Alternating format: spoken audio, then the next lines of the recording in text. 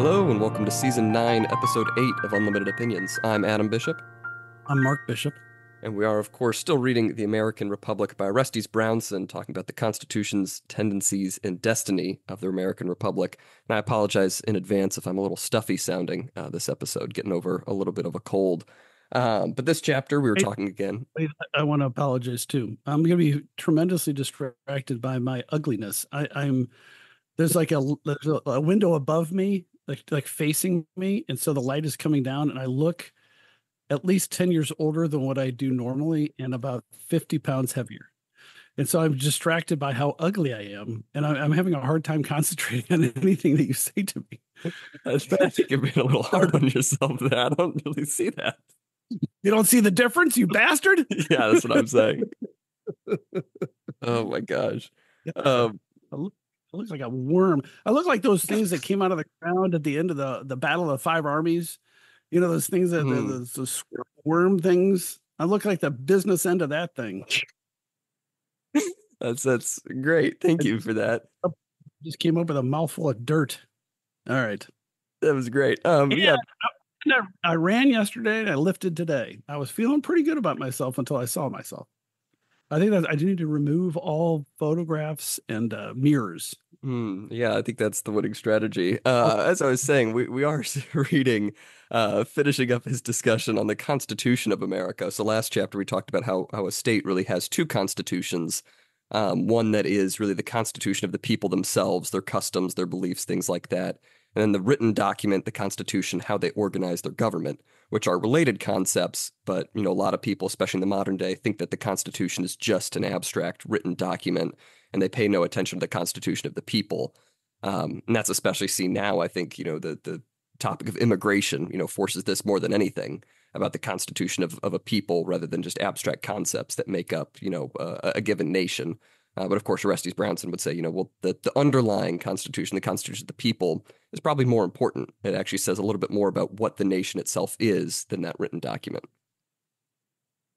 that is an accurate overall summary of what his discussion is in this chapter. And it's like the small C constitution. Mhm. I view it as like the constituent elements of what a nation is, and then this written document or what we agree on in some form or fashion.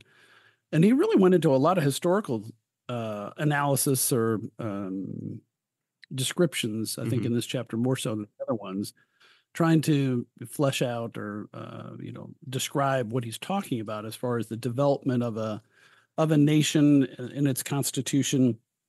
And I think he starts off with, okay, how does this develop? Like he says, all created things are subject to the law of development, and that's really what he's talking about for a lot of this. Is okay, how does this constitution, either the written one or just what we believe as a culture, um, that those types of concepts or those types of organizational structures, I guess you'd say, that's not static. It develops over time, Mhm. and so all things that exist are subject to that law of development. And I think it would be accurate to say that he doesn't think it always goes in one direction either. Yeah.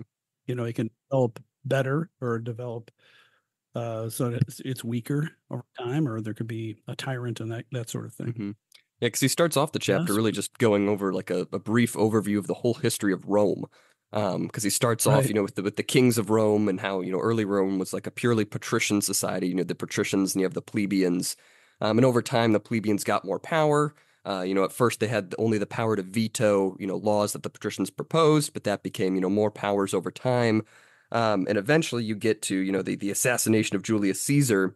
And this is interesting because he frames that as really the moment when Rome becomes like a plebeian power, more or less. Which is interesting because that's not usually what you hear. You hear, okay, well, the Republic, that was more democratic in a way, but then you have the Empire arising from, Augustus after the death of Caesar. And of course, that was just purely autocratic and took the power away from the people. But here he's saying that was really more of a plebeian thing. It was changing the system of government to a system where the plebeians had more power, where it was more of a common man ruled system, which I'm not sure, Hmm. how much um, how accurate that is, but it is an interesting concept in just what the shifts were with all of the wars and the civil wars and who really the common people sided with. and sort of the turning over of everything as civil war after civil war just kept going on in Rome. Well, it certainly was a change from this kind of aristocracy that the Senate and the limited group of people that had really all the power. Then you had this the kind of the bread and circuses appeal to the masses Yeah. for power.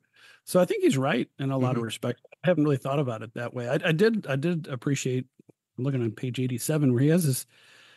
He said a discussion about this where the individual people or the people started gaining power. And he says, when the emperors threw open the gates of the city to the provincials and conceded them the rights and privileges of Roman citizens, they introduced not only foreign element into the state destitute of Roman patriotism, but the barbaric and despotic elements retained by the conquered nations as yet only partially assimilated.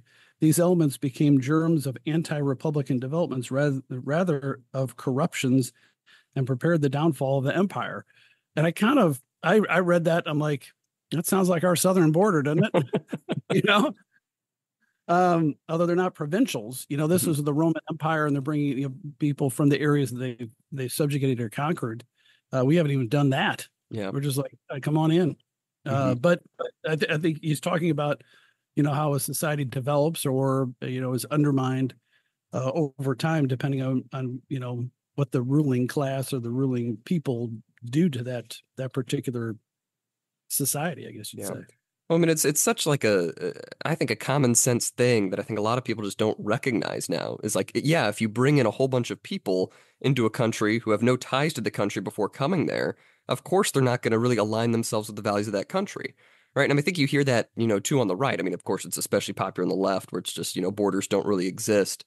But sort of the more 90s era Republicans where it's like, the America is really just a place to get rich, hard work and capitalism, that's about it. And if that's sort of the message you're saying, then I think people coming into the country, either illegally or legally, if all they see America as is a place to get rich, then I don't think they're really going to have any ties to the values of the country. It's a get rich quick scheme from people of poorer countries, by and large, if that's the message you're sending.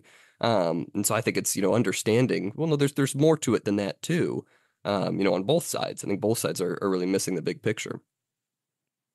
Yeah, and I don't know what the solution is to convince the liberals or the leftists of the error of their ways in this, because it's just so obvious that you just cannot, without limit, import a bunch of illiterate peasants that don't speak the native language of our country and not expect chaos. And, Hmm. and I think the only thing that really got through to them was like when DeSantis flew a bunch of like 50 immigrants to Martha's Vineyard. And Hmm. they deported them out of Martha's Vineyard within 48 hours.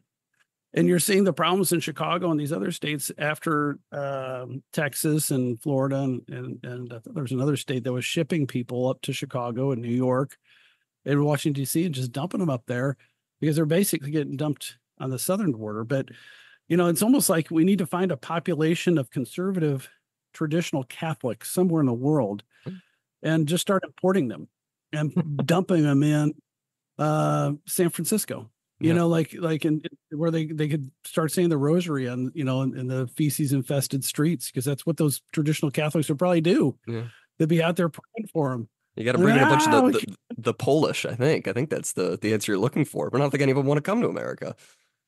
Yeah, that's the problem. We need to get very militant Polacks. Oh, I mean, you're not supposed to say that word. We have to edit that out. It's Polish. That's an old defamatory term. I was Yeah. just joking. I have nothing but love and respect for the Polish people, especially the Catholic Polish people, which is still most of them. And boy, they anyway. Well, I don't know where you're going on that path about how they fought off the Soviet Union and John Paul, the second, and all that kind of stuff. Hmm. The leaders in that effort against those commie bastards.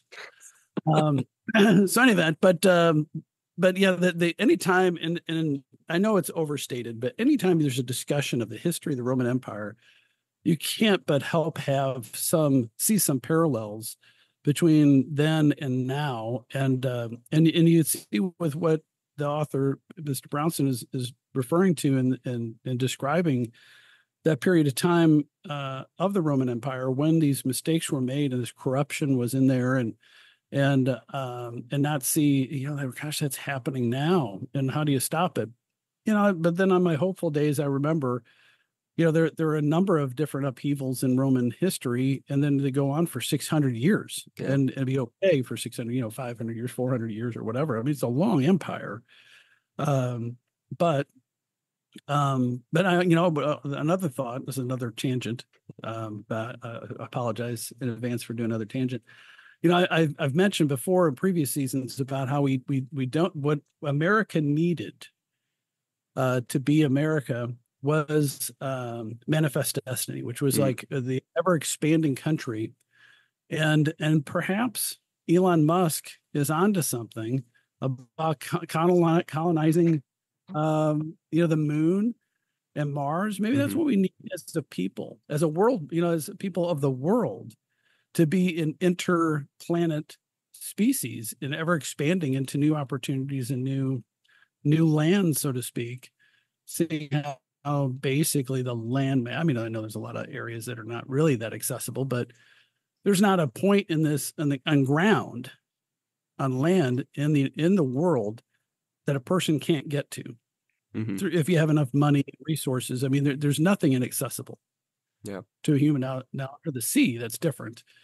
But and so we kind of exhausted that sort of discovery phase of the human condition, and I think you might be onto something about how necessary it is for us as a species to keep striving, because we seem to have hit this weird funk as a species, I think. But anyway, and that's what you saw with going back to Rome with a lot of the Roman emperors. Is sometimes it was kind of ill-founded, but a lot of times they would kind of just try and start new wars. They'd try and just keep expanding because they knew that you needed something to keep the people motivated. Because especially after the fall of the Republic, the emperor, a lot of them just got their power by sort of just paying off the military, more or less, because that was the arm of the Roman Empire that was really sort of the expansive. And they had all of the power by and large, and they kept giving more power to the military, and the military would put in a new emperor and things like that. And so it's really just a matter of who controls the power in societies like that. And so for Rome, it didn't work out 100% of the time, but having that goal is a great motivating principle for people, for sure. And it's unifying too. You have a common goal, and it gets those really adventurous people off onto that adventure. And the super adventurous and risk takers are important and necessary, but they also could be trouble in a polite society, And so if all those guys go out west, it makes, the eastern cities a lot more pacified. That makes sense? Yeah. So. Anywho, back to our, we talked about Rome, and then he went on to talk about France a little bit. And when he was talking about this, he's talking about like the kings and the hereditary succession or whatever. He's talking about providence. I'm still struggling with how he defines providence. I mean, I'm struggling to understand it. I mean, but he says on 88, providence is God intervening through the laws he by his creative act gives to creatures, not their suspension or abrogation. So he's talking about the providence of different leaders, and sometimes the leaders who are most effective are not exactly the nicest characters. Like you mentioned, like St. Louis, France, like he says, France owes infinitely less to St. Louis than to Louis the 11th. And perhaps, like a different king of England is in some ways better, even though they're worse people in history. And he's talking about that in the context of providence. And I don't know what to think about all that discussion. Do you have any thoughts on that? Maybe you can explain it to me a little. Yeah, I'm not sure either because I know he on the page before that he also mentions Constantine the Great, the first Christian emperor, and he says he was a terrible emperor. He really subjugated the people and did terrible things. So he's not a good statesman, even if he may Mhm. have been a Christian. Again, he mentions I know you mentioned Saint Louis, but Edward the Confessor of England. He said he was a saint, but he paved the way for the Norman conquest of England.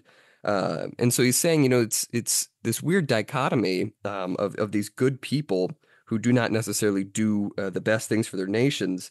But in terms of providence, he says, providence is always present in the affairs of nations, but not to work miracles to counteract the natural effects of the ignorance, ineptness, short-sightedness, narrow views, public stupidity, and imbecility of rulers, because they are Mhm. irreproachable and saintly in their private characters and relations.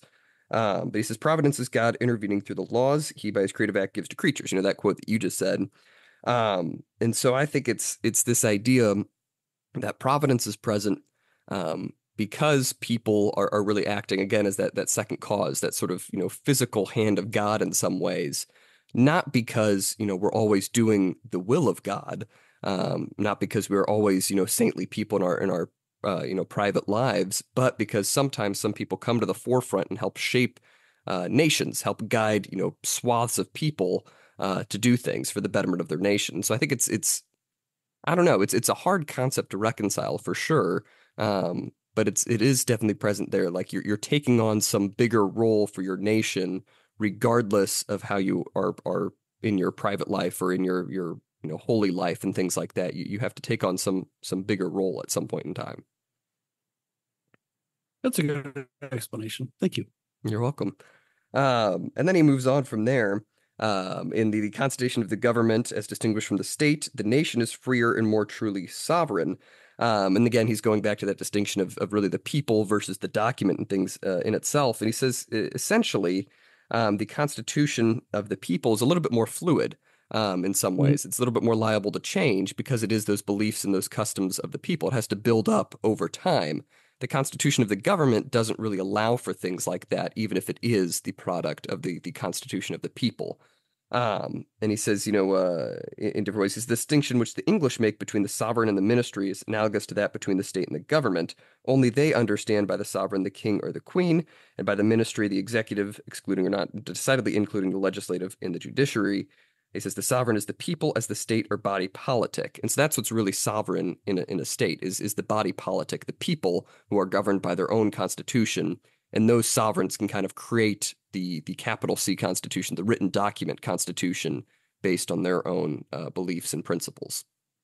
Yeah, and you talked about how that changes over time or can change over time, and then he was talking about how like a coup d'état would happen or some sort of improper or unlawful act occurred, and then he talked about like a ratification of a coup in a particular circumstance, and that had some legitimacy after there's a plebiscite, like a vote on it. Mm-hmm. But I really like where he was mentioning, he's talking about this in this context. He says when he's talking about a nation and how it progresses and whether there's good things or bad things that have occurred. He says 91, when a thing is done, though wrongly done, you cannot act as if it were not done. You must accept it as a fact and act accordingly. Mm. And I think there's a lot of truth to that. Like you just have to deal with it. And okay, now what are we going to do? If somebody, well, like say somebody stole an election 4 years ago, if they did, then okay, Trump had to figure out, okay, now what do I do? Mm-hmm. All my cases got dismissed. Am I going to try to stay here or am I going to leave? And then am I going to run for reelection essentially a third time? Because he couldn't act as if it were not done, even if he believed, even if he was right about the election being stolen, he had to accept that fact and act accordingly. So I thought that about that a little bit when it came up, and that, under those circumstances, he was talking about. I think maybe it was a little bit later, or maybe it was in this area where there was a coup d'état, and then somebody came in as an emperor, but then had a vote of the people or the representatives, and they ratified it and said, okay, yeah, you're our king. And so his argument was, well, that's essentially the whether it was legitimate to assume power by the people ratifying it, you are now the legitimate leader of that country because they ratified after the fact your unlawful usurpation of authority. right? So, Hmm. and that is kind of a different argument than I've ever heard. And he does mention later, that we shouldn't meddle in other people's affairs and expect everybody to be, um, you know, uh, American Hmm. citizens and students of Locke and Hume Yeah. and so and all that stuff. But Well, because all this discussion is really based on the idea, he mentions a little bit earlier, but he says, the king or emperor not being the state, right? Because this person is not the state itself. You can overthrow that person and still keep the state intact. Because of course, by state, he's really meaning the way that the people actually function as a nation. And of course, that's Russell Kirk's argument about the American Revolution. They overthrew the king without really changing the nature of how their society worked. You don't have to throw out the entire society with the king. That's what the French made the mistake of doing. They said we need to get rid of this king and also get rid of everything else that makes us French. And so it's that idea that you can remove these people, and every once in a while people do that. They have these coups d'états, they overthrow a king because they want to keep the state itself the same. They want to keep the civilization, the society the same. And he also makes the distinction that, if that does happen, right, you need to have a vote of some sort. It can't just be, this tiny group of people overthrowing things. It has to have the support of the nation. And he also says you cannot have this vote of the people, cannot be legally appealed to or be valid when and where there is a legal government existing and in the full exercise of its constitutional functions. I can't just mhm. decide, to gather up 10 of my friends and say, hey, I'm going to have a vote. We're no longer United States citizens. And we talked about that a little bit last time, too. But he says, you need to have very extreme circumstances where that sort of thing is happening when there isn't a legitimate government to begin with. If the United States government is legitimate, I can't just decide I'm no longer under its authority. I can't just decide to create a new government. We have to, in the event that there is an illegal government, perhaps then, but it's always with caution that he's talking about these things for sure. And that would somewhat tangentially related to the false electors that were possibly self-appointed to try to be the electoral votes for various states. But you can't just make that stuff up one way or the other. You got to have some legitimacy. But then his analogy of governments being like shoes was Hmm. something I had not read before. But I think that fits. Like the shoe fits, wear it. Where he says, the best form of the shoe will fit different people in different ways. So maybe, especially if it's a smaller nation that's more tribal, a tribal authority or a council of elders or whatever makes a lot more sense than direct democracy where everybody votes and everybody's eligible to vote. And quite frankly, the United States, when the country was founded, was not was less of a democracy than it is now. Meaning there were less people eligible to even vote for the representatives, and that would be considered abhorrent by today's standards. Hmm. To only land owning, real estate owning white males be the only voters, but that's how it was started. Um, and it worked out for everybody a couple generations, few generations later. Now we all have the vote and it's expanded to everybody. Hmm. And so if you would have opposed that then, if you would have said no, or some authority, like say the King of England imposed direct democracy where everybody, regardless of gender or race, gets an equal vote, that would have never stuck Yeah. in 1776, and so and people forget that or don't realize that or don't think of that. And Hmm. goes into some detail about that concept of, he says that, like on 93, he says, thoughtful Americans are opposed to political propagandism and respect the right of every nation to choose its own form of government. But if that were only still true, that was true then Yeah. of foreign policy. Then Yeah. we're like, well, we're not in your business. But certainly, although that's certain true of some. I mean, Thomas Jefferson was a big advocate of the French Revolution for a period of time. So there are exceptions, of course, Hmm. where we're trying to praise people for different awful acts and that kind of stuff. But Yeah. Well, because I really like what he says on the page before that, too. He's talking about different forms of government. He says, there's nothing in the law of God or of nature antecedently to the national will that gives any one of them a right to the exclusion of any one of the others, right? There's no one pure moral system of government, right? And I think that's what people mistakenly think now, that it's only pure, unfiltered, direct democracy. That's really the moral system of government. And everything else is terrible and an affront to the people's will. and things like that. I think there is sort of a worship now of the 50% plus one. That is how we determine, what, God wants for our country in some ways, even if the people themselves don't believe in God, but they think that that's the ultimate principle underlying everything and should be the principle underlying everything. But sometimes, the 50% plus one can be wrong. And I think they are in many cases. But it's this idea that, that's the only way to function as a society. I don't know, I think would be very, very foreign to Orestes Brownson and people in that time. Yeah. I think part of the problem is that our government is so involved in our lives that if it were less involved in our lives, like it was at the formation of the country, it wouldn't be that big a deal to not have a vote in a federal election because the Hmm. federal government did so little and Yeah. could do so little. And so it would not have been so important for the women to have a vote back then because what are you even voting on? Yeah, the president, the vice president. There's foreign policy, there's tariffs. There are important issues. I'm not trying to mean that, but when you have the federal government involved in literally every aspect of your Hmm. life, when you wake up to when you go to sleep and while you're sleeping, there's regulations and affecting everything. It makes it a lot more difficult not to have a direct democracy, I Yeah. think.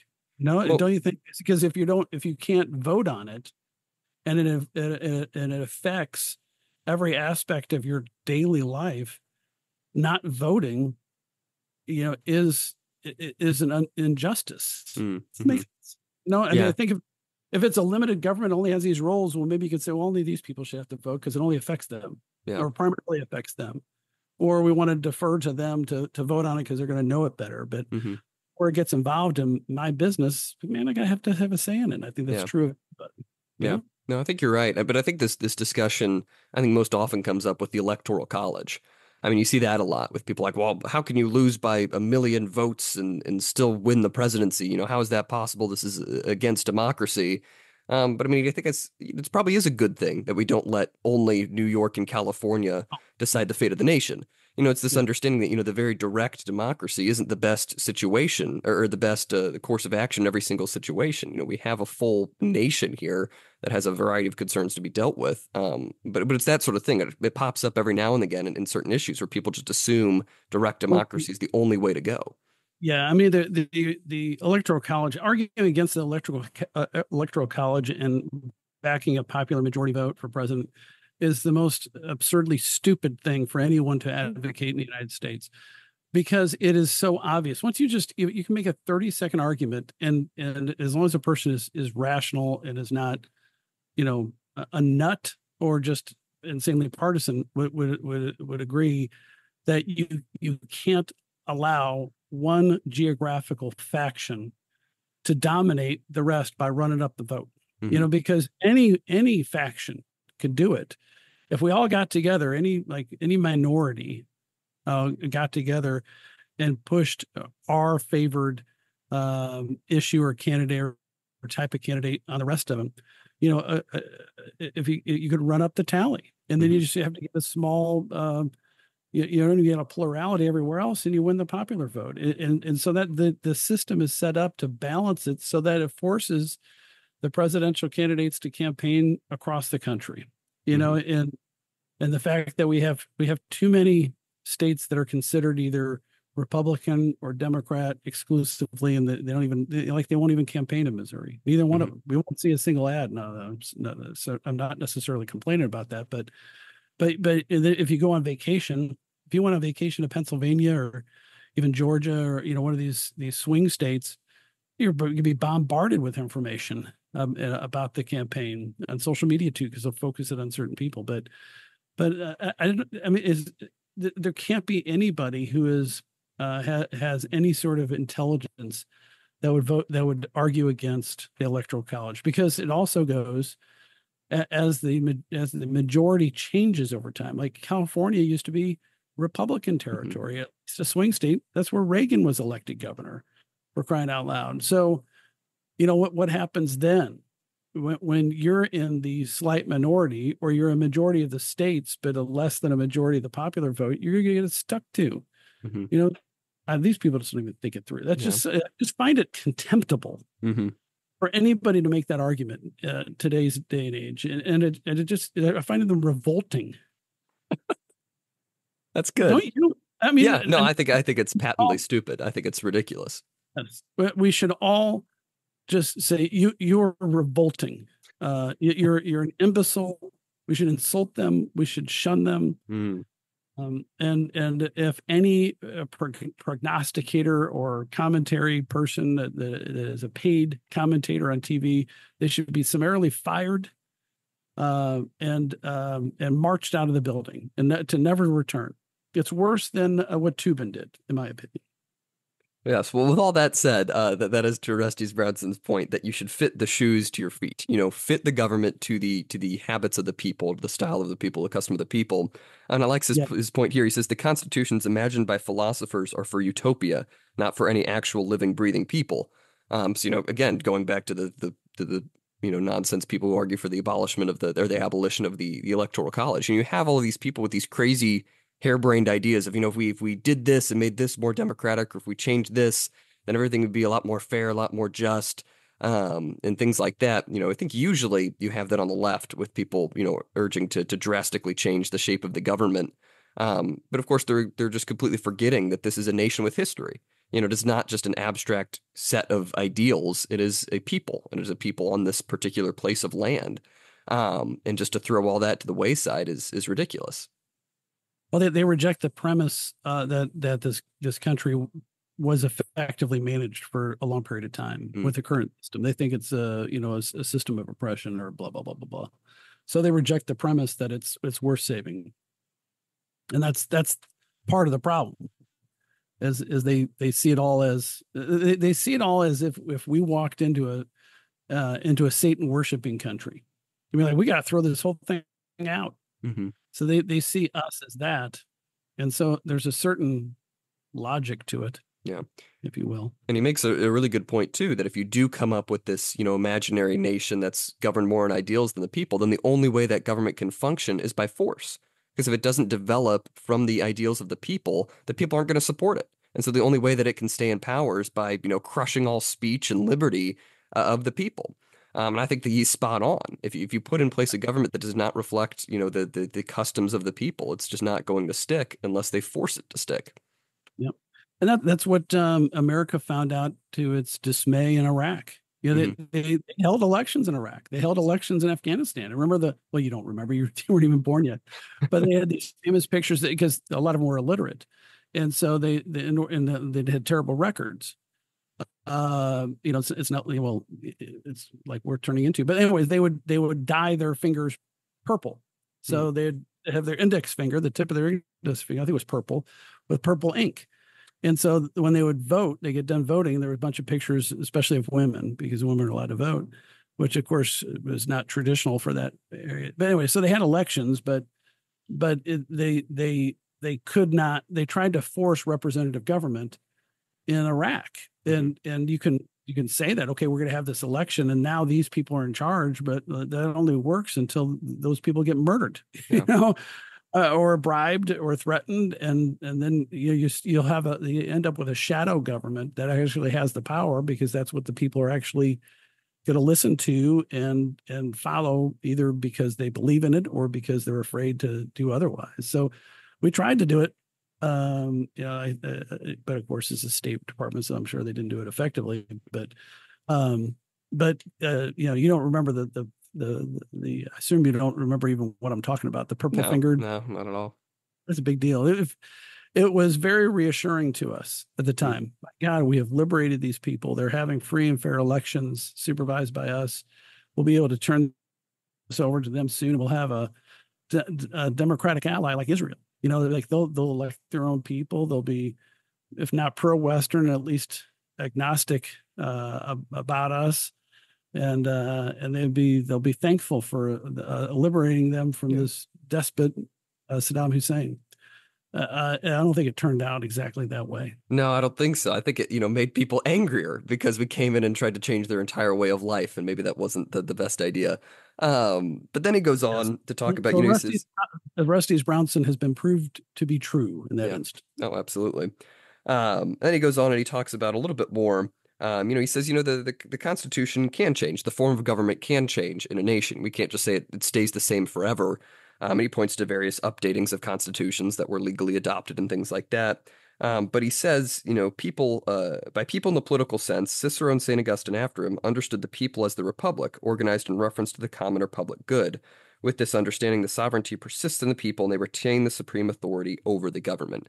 So as long as you have this people that are organized towards the common good, then yeah, of course, if they decide on a better course of action, then yeah, that people has the authority to do so.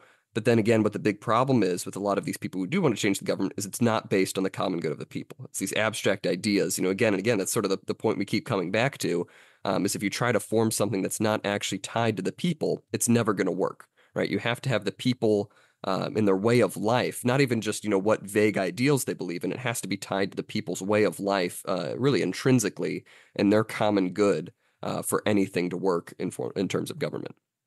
Yeah. And I think the emphasis should be on the common good. And I think that's it was a Josh, what's his name? Hammer? Yeah, Josh Hammer has a philosophy about a judicial philosophy that the constitutional common good is should be a principle for Supreme Court decisions. But I think that's really what we're missing now is an effective ruling system or a governmental system that focuses on the common good. Because I just don't. I think that's really the fundamental problem that we're having now with all levels of government in some way or another, and that's what's undermining our confidence in our government or elected officials is that there is not enough focus on especially the long-term common good. There's nobody focusing on that, and I think Orestes Brownson really makes an effort to say that that's a necessary element for effective government that will be supported by the people. That you hold that power. If you're one of those officials, you hold it in trust for the people. It's not really yours. You're holding in trust for the common good. And I see a theme throughout his writing in this book. Yeah, and that's really how he ends this chapter. He says, every nation that has a lawful government, while it preserves the national sovereignty, secures freedom of progress, condemns all sedition, conspiracy, rebellion, revolution, as does the Christian law itself. Because again, he's going back, in his summary to this, the only reason we have authority, we have this power is because we are, through God's providence, we're acting in some ways as a second cause of God. And so, of course, any government that we have, the sovereignty rests in the people and the government has to work for the common good of that people. That is the job of government. And that government can take, a variety of forms, but the constitution of that government has to be tied to the constitution of the people and protect their common good in all things. Yes. All right. And I agree with that. Do you agree with what he said? Oh, absolutely. Yeah, I think he's spot on. Absolutely, 100%. Well, do you have any other final thoughts on this chapter? I think that's a good place to stop here. I have no thoughts. Wow, that's surprising. Well, this has been Season 9, Episode 8 of Unlimited Opinions. I've been Adam Bishop. Still Mark Bishop.